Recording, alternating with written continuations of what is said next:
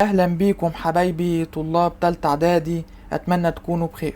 مستمرين في حل افكار على الدرس الاول، الحركة في اتجاه واحد. احنا طبعا بنركز على اسئلة الامتحانات والافكار المهمة علشان نلم اكبر عدد من الاسئلة المتنوعة والافكار بكل مستوياتها، وبكده نضمن الدرجة النهائية بإذن الله في مادة العلوم.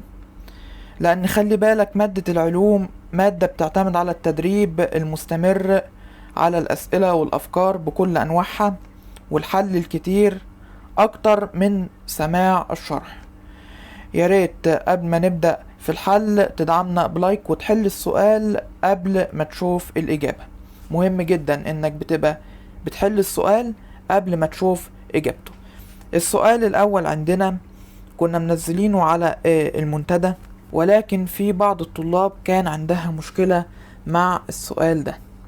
السؤال ده بيقول لي: يسير شخص عدة دقائق ثم يجري بعدها عدة دقائق أخرى، فتكون سرعته المتوسطة مساوية لسرعته النهائية، ولا أكبر من سرعته النهائية، أقل من سرعته النهائية، ولا بصفر؟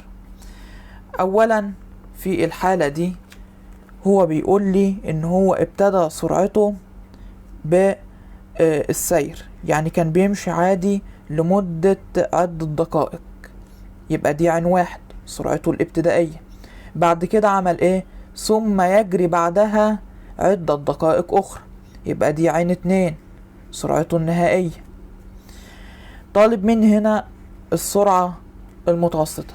اولا سرعته المتوسطة اللي هي المتوسط ما بين عين واحد وعين اتنين، عين شرطة هتبقى متوسطة ما بين عين واحد وعين اتنين. يعني ايه الكلام ده؟ يعني السرعة الابتدائية هتكون اقل من عين شرطة السرعة المتوسطة، والسرعة المتوسطة هتكون اقل من عين اتنين من السرعة النهائية. يبقى السرعة المتوسطة هتكون ما بين عين واحد وعين اتنين، هتكون ما بينهم متوسطة. فلما نيجي نشوف الاختيارات عندنا بيقول لي في الاختيارات ألف بيقول لي هتبقى مساوية لسرعته النهائية. طبعا الكلام ده غلط، السرعة المتوسطة لا يمكن تساوي السرعة النهائية، هتكون أكبر من سرعته النهائية.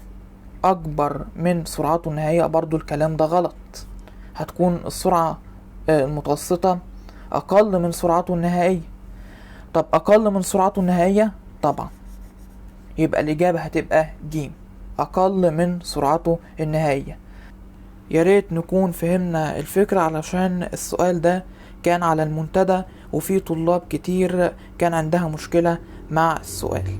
السؤال التاني عندنا بيقول لي: تحرك جسم بسرعة متوسطة مقدارها 25 متر على الثانية خلال 5 ثانية، ثم تحرك بسرعة متوسطة مقدارها 22 متر على الثانية خلال 7 ثانية. احسب المسافة الكلية التي قطعها الجسم والسرعة المتوسطة من بداية الحركة إلى نهايتها. أول حاجة نجيب المسافة عندنا تساوي عين في زين السرعة في الزمن. تمام، نجيب في الأول فيه واحد. هو تحرك في الأول 25 متر على الثانية، تحرك بسرعة 25 متر على الثانية خلال قد ايه؟ 5 ثانية. هتطلع معانا ان هو تحرك في الأول 125 متر. نجيب فيه 2 المسافة التانية.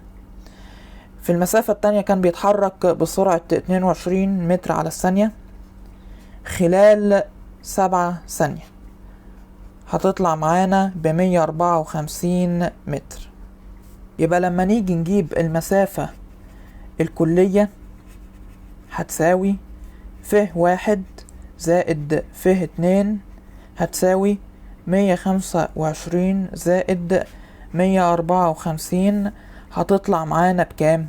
هتطلع معانا ب279 متر. كده احنا جبنا المطلوب الأول. المطلوب التاني بيقول لي السرعة المتوسطة من بداية الحركة إلى نهايتها. السرعة المتوسطة عين شرطة تساوي، طبعا تساوي المسافة الكلية على الزمن الكلي، تساوي المسافة الكلية طلعناها ب279. الزمن الكلي 5 ثانية، استغرقها في الأول، وبعد كده استغرق 7 ثانية، يبقى 5 زائد 7 هتساوي 23.25 متر على الثانية. ده حل السؤال ببساطة. وبكده نكون انتهينا من حل السؤال، وندخل على سؤال الحصة. سؤال الحصة بيقول لي تحرك سعيد في خط مستقيم بسرعة 3 متر على الثانية ليقطع مسافة 30 متر، ثم تحرك بسرعة 2 متر على الثانية ليقطع مسافة 120 متر. بيقول لي ايه؟ احسب السرعة المتوسطة لسعيد من بداية الحركة إلى نهايتها. ياريت نجيب السرعة المتوسطة ونكتب الإجابة في التعليقات.